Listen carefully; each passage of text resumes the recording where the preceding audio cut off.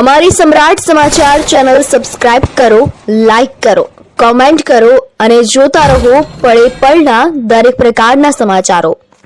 ભાવનગર રેન્જના પોલીસ મહાનિરીક્ષક રાજેન્દ્ર વી અંસારી અને જિલ્લા પોલીસ અધિક્ષક નીતિશ પાંડેના માર્ગદર્શન હેઠળ નેત્રમ શાખા દ્વારા અદ્યતન ટેકનોલોજીનો ઉપયોગ કરીને સતત સીસીટીવી સર્વેલન્સ કરવામાં આવી રહ્યું છે.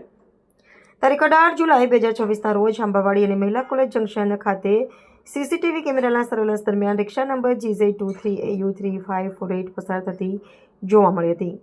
એનપીઆર સોફ્ટવેરમાં તપાસ કરતા એક જ નંબરની બે અલગ અલગ રિક્ષા નોંધાયેલી હોવાનું સામે આવ્યું હતું.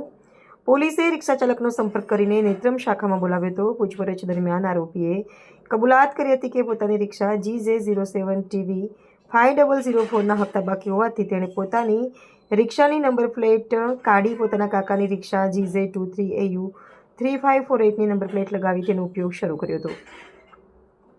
આ મામલે ઘોઘા રોડ પોલીસ મથકે BNS કલમ 338 અને 340 હેઠળ ગુનો નોંધવામાં આવ્યો છે. આરોપી કરશનભાઈ ડાયાભાઈ ચાવડા રહે અધેવાડા નવી નિશાળ પાસે ભાવનગર વિરુદ્ધ કાયદેસરની કાર્યવાહી હાથ ધરવામાં આવી છે.